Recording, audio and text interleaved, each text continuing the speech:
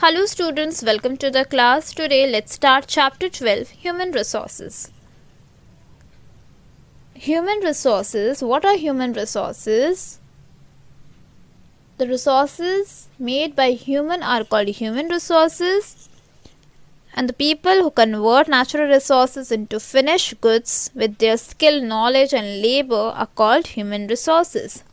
India is rich in natural resources like forest, wildlife, minerals, soil, etc. India has a rich diversity of forest, wildlife, soil and mineral. But these natural resources have value only when they are converted into useful goods. These natural resources have the value if they convert into the useful goods. This can be done by skilled and educated people. Only the skilled and educated people can convert natural resources into human resources. Here, we are referring to human resources. Human resources are responsible for utilizing the natural resources in the best possible way. Only the human resources are responsible for utilizing the natural resources in the best possible way.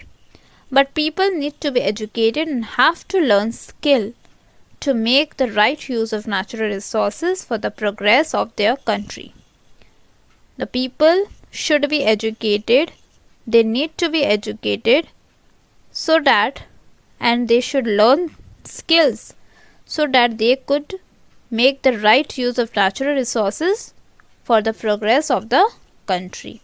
India is the second most populous country in the world after China.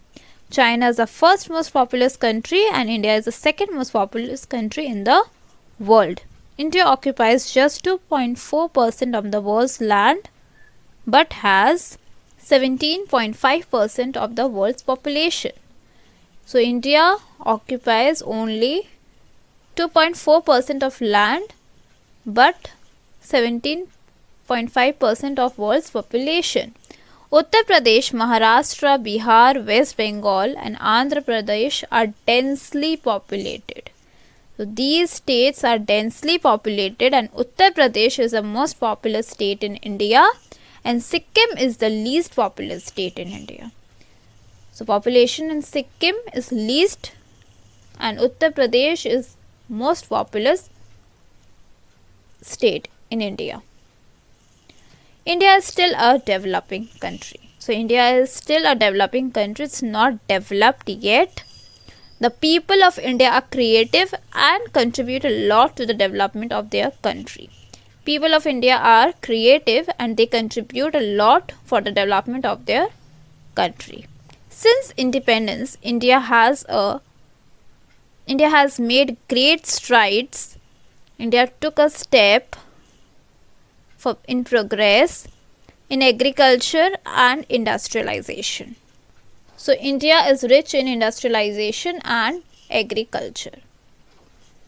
It has made progress in the field of education by opening school and college in the different parts of the country. So India made progress in the field of education by opening the colleges and school in the different part of the country. The average lifespan of an Indian has also improved with improving medical facilities. Providing medical facilities, the average lifespan of an Indian has also improved by improving the medical facilities. However, India has still a long way to go before it can be called a developed country. So India has a long way to go before it can be called a developed country. As in India, people are still illiterate and poor, and because of the unequal distribution of wealth, India is still a developing country.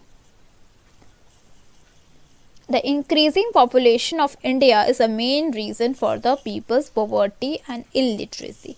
Because of the increasing population, people are illiterate and It's the main reason for the poverty.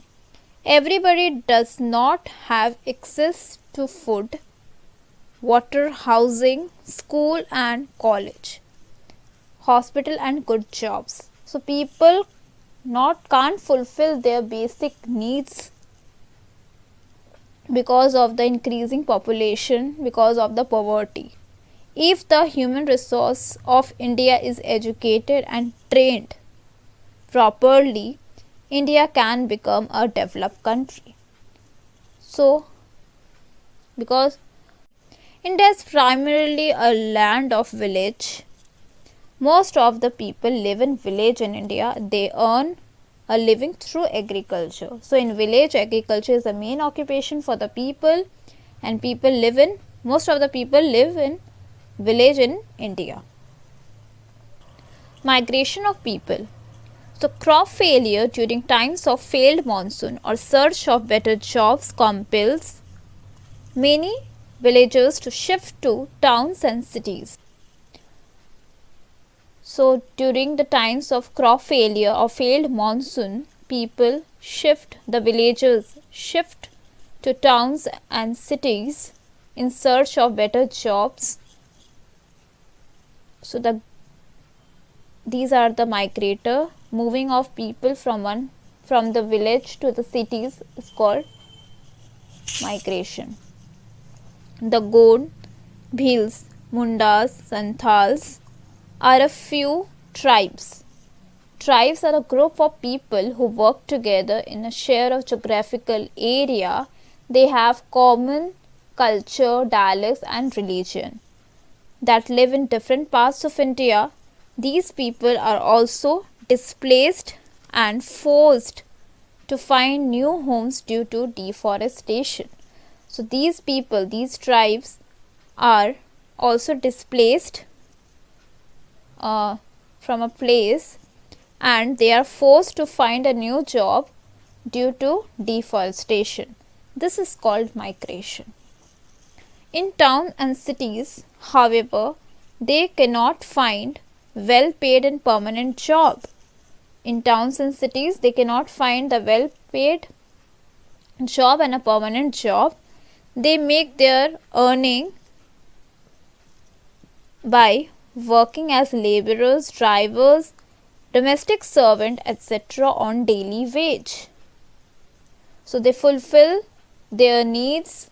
They meet their basic needs by working as laborers, drivers, domestic servants, etc.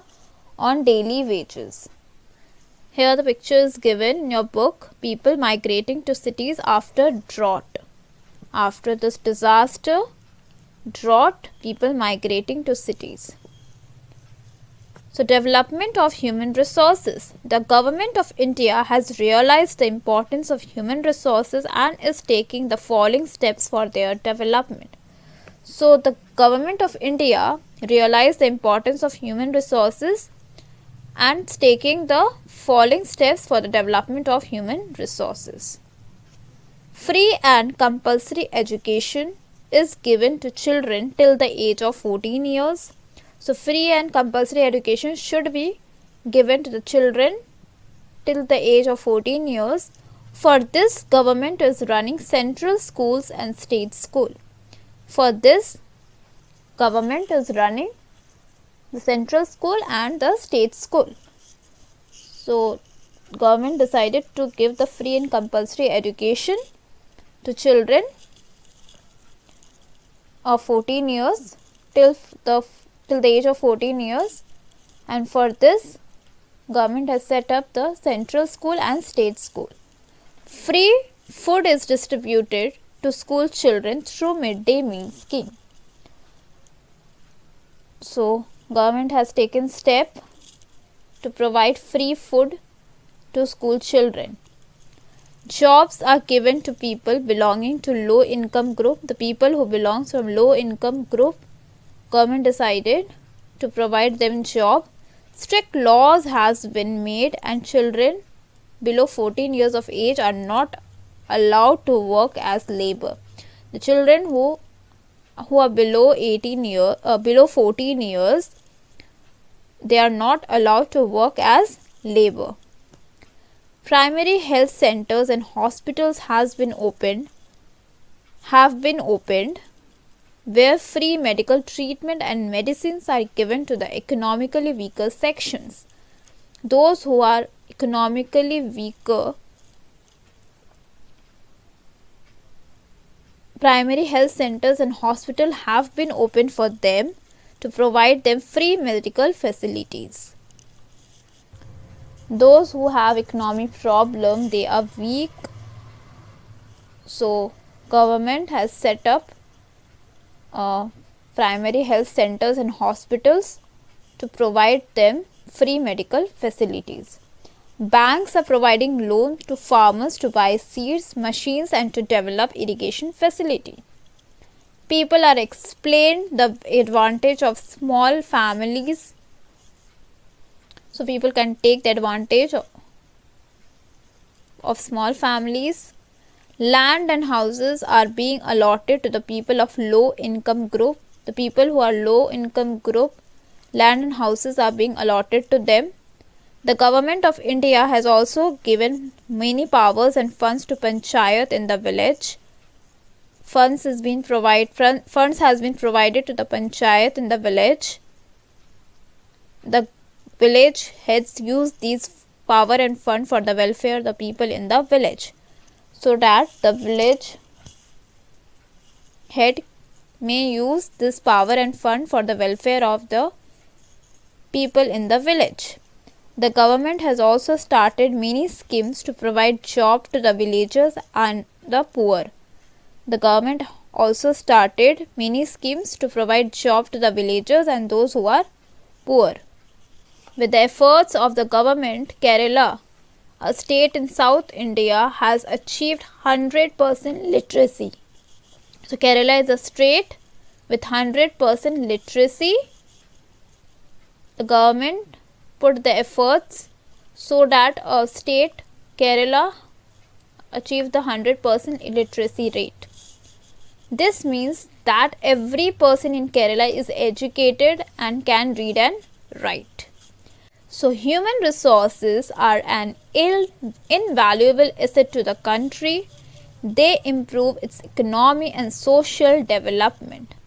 So human resources improve the economy and the country economic and social development.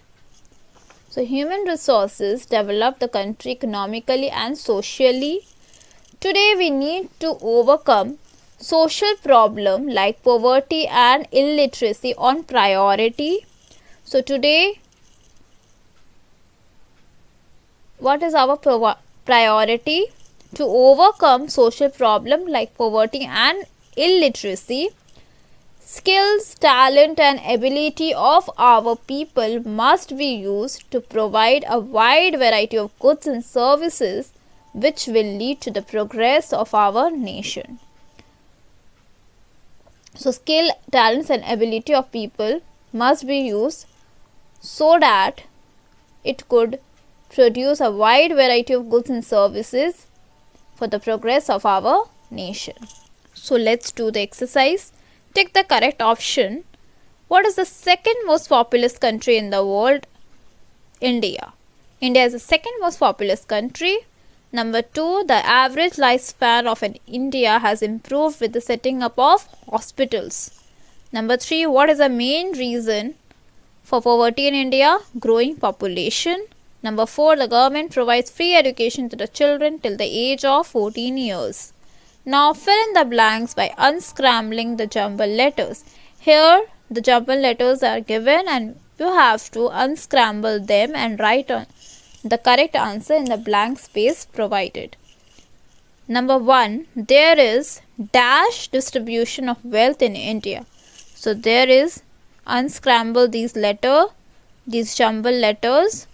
So there is unequal, unequal distribution of wealth in India. India is a dash country. India is a developing country. Number 3, increasing dash is the biggest problem in our country. Increasing population is the biggest problem in our country. Number 4, every person can read and write in the state of Kerala. That's all for today. We'll start a new chapter in the next class. Till then, stay home, stay safe. Thank you.